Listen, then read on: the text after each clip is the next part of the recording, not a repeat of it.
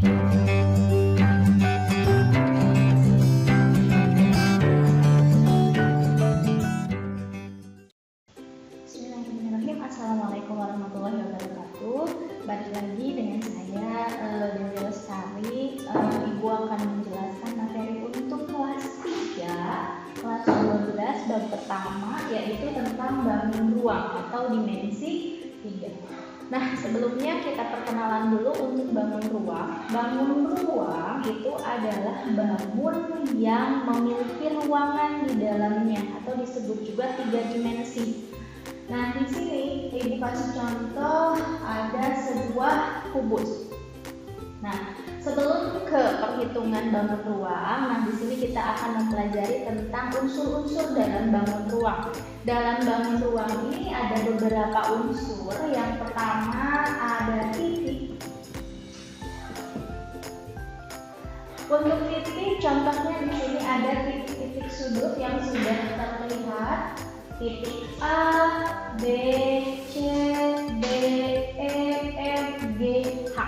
Nah, itu semuanya masuk ke dalam titik. Titik di sini di titik sudut karena di pinggir ruangan yang memiliki sudut. Yang kedua, setelah titik ada garis. Unsur garis yaitu contoh misalkan ini, garis BC. Garis BC yang menghubungkan antara dua titik BA atau AB, garis EF, garis HG, garis FG, itu namanya garis. Atau misalkan melintang di dalam, disebutnya diagonal garisnya. Contoh, misalkan A ke G, itu juga garis. Kemudian A ke C, A ke C juga garis. Hanya saja A ke C ini disebutnya sebagai diagonal bidang karena masih terletak dalam satu bidang. Kalau A ke G ini disebut sebagai diagonal ruang karena terletak dalam ruangan, garisnya melintasi ruangan dari A ke G. Itu contohnya. Kemudian yang ketiga ada juga bidang.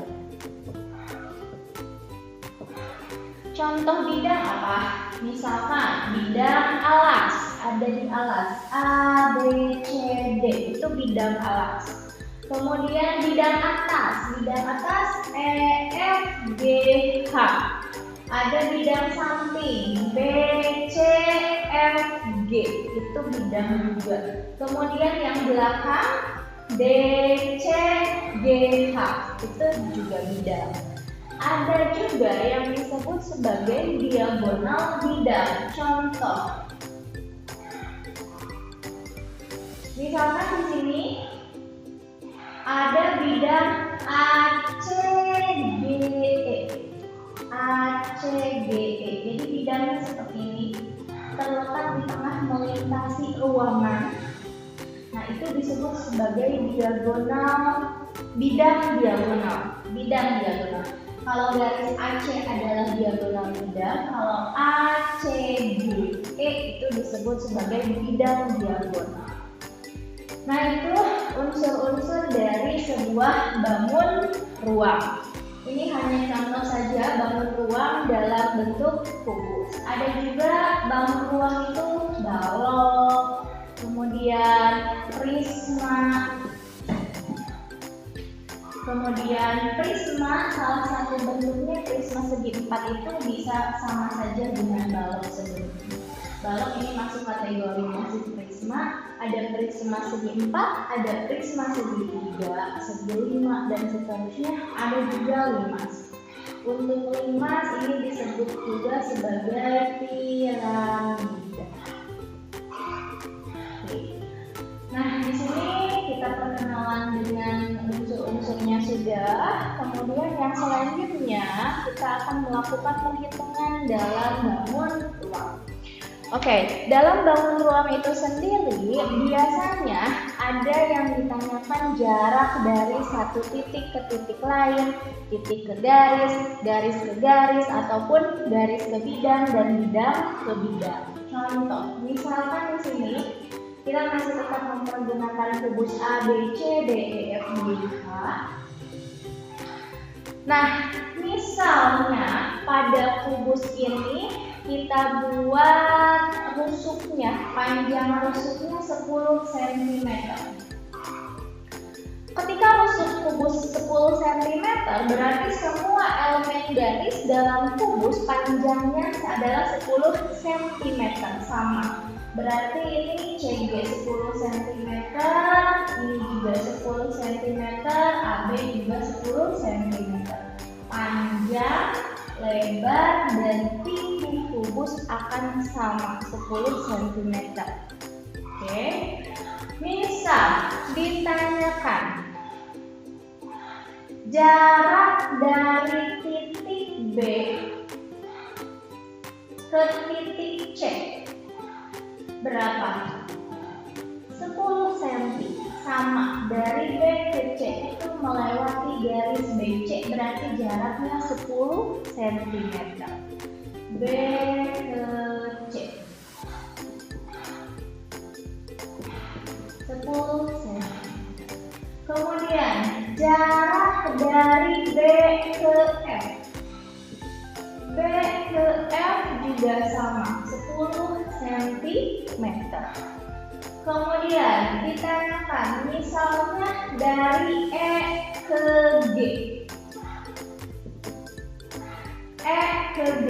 Jarak E ke G di sini jaraknya sama dengan diagonal bidang E ke G. Kalau misalkan kita pisahkan keluar, nanti EG ini membentuk sudut. Di sini ada siku-sikunya nanti di F, kemudian ini E, ini G. Jadi segitiga siku-siku. Nah, kita tahu bahwa di sini FG itu 10 cm karena lebarnya 10 cm. EF juga sama, EF juga 10 cm karena tingginya sama dengan rusuknya 10 cm.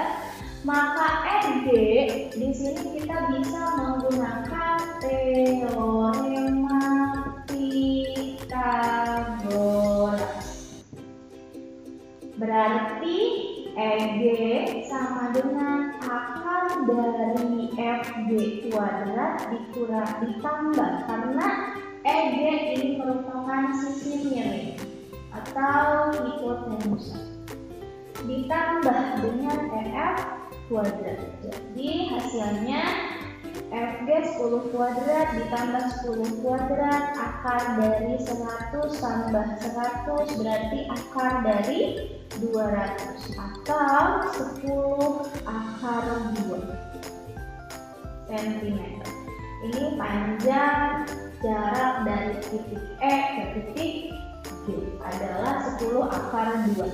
Atau kalian juga bisa menggunakan rumus cepat ketika segitiga sama kaki seperti ini. Sama kaki artinya setiap sisi yang di sampingnya sama, maka ini rumusnya adalah S akar 2. S untuk sisi atau rusuk. Ketika rusuk panjangnya 10 cm berarti 10 akar 2 cm. Nah, itu untuk jarak dari sebuah titik ke titik. Sekarang yang kedua, jarak dari garis ke garis.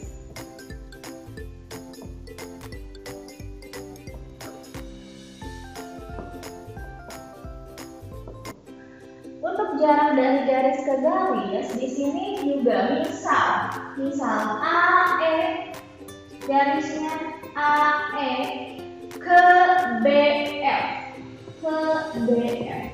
Di sini dari AE ke BF itu hanya terhalang ini. Dari AB EF. Berarti ya jaraknya sama saja dengan panjang rusuk dari kubus tersebut berapa? 10 cm. Jarak dari BC ke FG.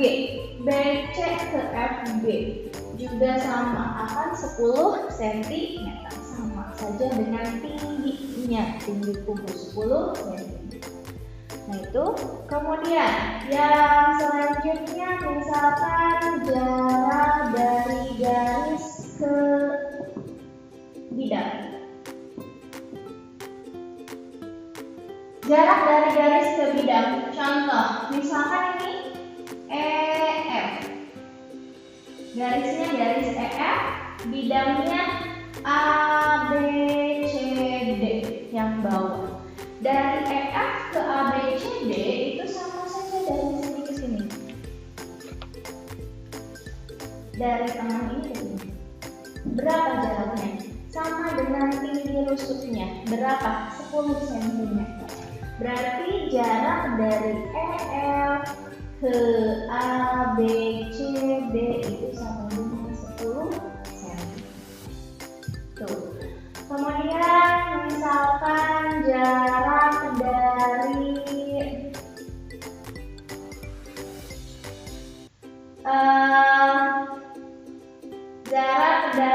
garis EG.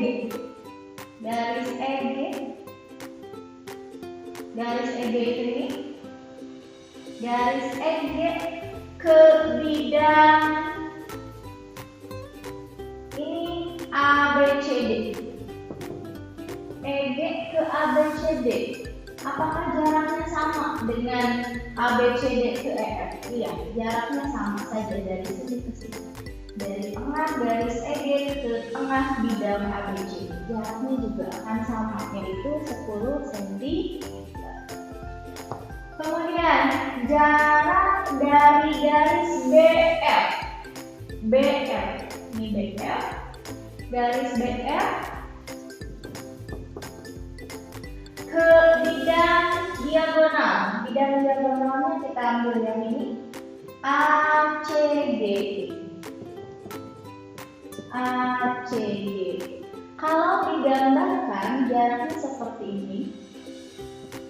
Ini ACDE.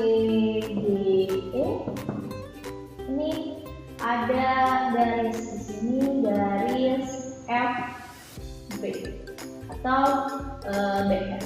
Berarti jaraknya dari mana ke mana? Sama saja jaraknya dari sini ke sini. F ke tengah-tengah EG. F ke tengah-tengah EG. Kalau F ke tengah-tengah EG, ini dari F ke tengah EG. Dari F ke tengah EG kita ambil misalkan di sini titiknya titik apa? Titik O. Berarti ini kita bisa menggunakan teorema Pythagoras dari sini. Dari FO.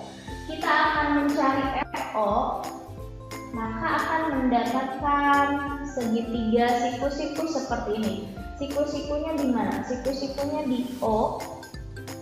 Sikunya di O. Kemudian di sini F, di sini E. Kita tahu bahwa OE ini adalah setengah dari diagonal EG. OE adalah setengah dari EG. EG tadi berapa?